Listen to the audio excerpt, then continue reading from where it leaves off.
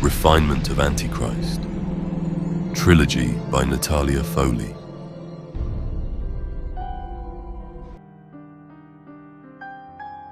Chapter 19.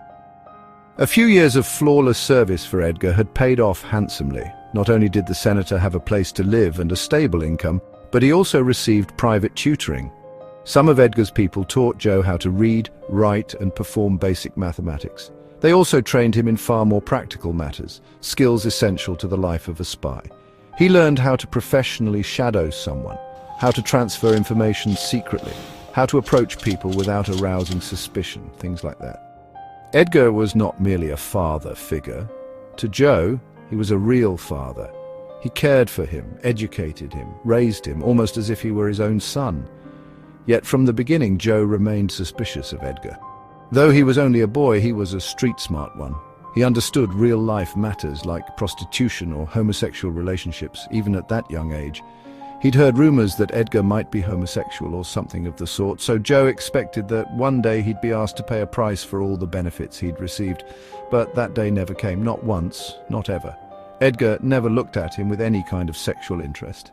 Now, decades later, the senator sometimes reflected on those early years, trying to understand what had driven Edgar. Why in the world had he given him a whole new life, everything without demanding anything in return? Well, except for a few small services as a spy.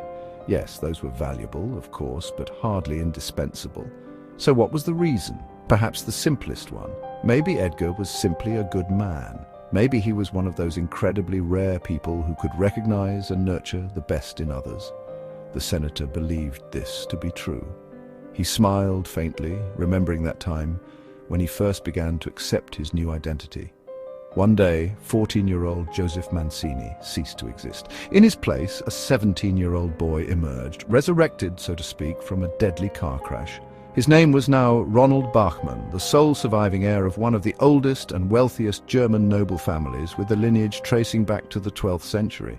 Sometime in the mid-16th century, a branch of the Bachmanns had moved to the New World, the land of opportunity, and since then the American branch had maintained close ties with their European counterparts. The financial benefits of this alliance were impressive. The family owned a small, ancient yet highly reputable Swiss bank and operated several five-star elite hotels known as the Bristol Ambassador chain in the most important European cities: Geneva, Paris, Vienna, Frankfurt am Main, and Amsterdam. The American branch was no less significant. Ronald's father had successfully invested in petroleum in Texas and South America. Together with his partner John D. Rockefeller, by 1929 they had invested over $400 million worth of their family's controlling interest in the Standard Oil Company of New Jersey, now known as Exxon. Unfortunately, an unknown curse seemed to haunt the Bachmann family. In 1938, all living European relatives perished in a horrific fire at their ancestral estate in Westphalia during the Christmas holiday. Then, just weeks later, in early 1939, nearly the entire American branch of the family died in a fatal car crash. However, thanks to God, the youngest Bachmann, 17-year-old Ronald, the last living heir, survived. His injuries were severe, though, and had so drastically altered his appearance that he was nearly unrecognizable. A deep, terrible scar now furrowed his face. The senator touched the scar as if trying to feel a message hidden beneath the weight of time. Was it relevant to what was happening to his grandson? What if Edgar had been wrong? What if one of the Bachmanns had actually survived? What if... The senator shook his head firmly. No, no one had survived. He had no reason to doubt that Edgar would have left no one alive. Ronald never doubted that the Bachmanns had died from anything but natural causes. This family was too deeply involved in political conspiracies across centuries to perish from mere illness. At some point, their interests had clashed with Hoover's, and the stronger side had won. Ronald did not condemn Hoover for the act. He had long since learned that higher interests, those that could shape human history for centuries, could not be judged by the same definitions of good and evil that governed everyday life. The universal meaning of good or bad had nothing to do with the daily, routine morality based on the Ten Commandments. That kind of ethics worked for primitive justice, for fears relevant within a single human lifetime. Do not kill, it said. Of course, don't. Because it affects someone's life today, but what if it affects someone's life tomorrow? A year from now, 100 years from now? What if the killing is justified from the perspective of human history? And what if you are the only person alive today who can judge that justification? Then you must read the commandment in full. Do not kill, unless it is justified. That's all. If it is justified, then you do what must be done, because if this is your destiny, you must perform it. You must deliver what is expected of you by history. God, Ronald believed, was far more flexible than people like to think. God had said, "Do not worry about the sins. Did I not already redeem them all?" The senator shook his head once more. The scar remained silent, unmoving. His current troubles were not related to the Bachmann family. Unrelated to the Bachmann's fate, he repeated. Absolutely unrelated to that family. And suddenly he felt a jolt inside. His subconscious was suggesting something. He knew that feeling, the animal sense of fear, the intuitive sense of danger. It had never deceived him before. So, what had triggered it? Family, he repeated again. An unbearable fire seared his heart. There it was, family, but not the Bachmann family. The thought struck him like lightning. Not the Bachmanns, his own family was the source. Yes, that was what he had feared all along, his own family, his poor choice of wife, his pathetic wife. He grew angry.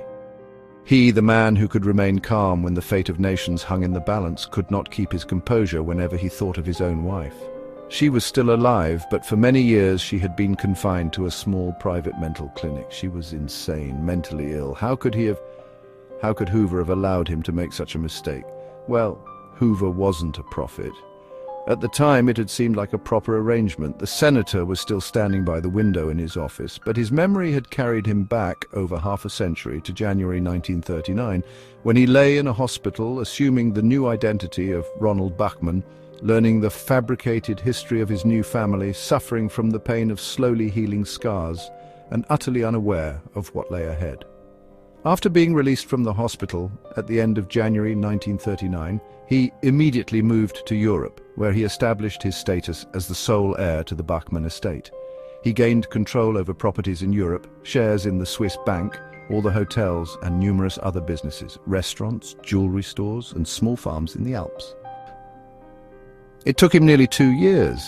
It was important to note that all Bachmann hotels were regular meeting points for traveling diplomats, royal families, and other VIPs of the era. Perhaps those were the most formative years of his life. He witnessed Germany in 1939. He was there in Berlin when Hitler invaded Poland. The Polish army was defeated within a week. The spirit of omnipotent, victorious power radiating from the new Reich was everywhere.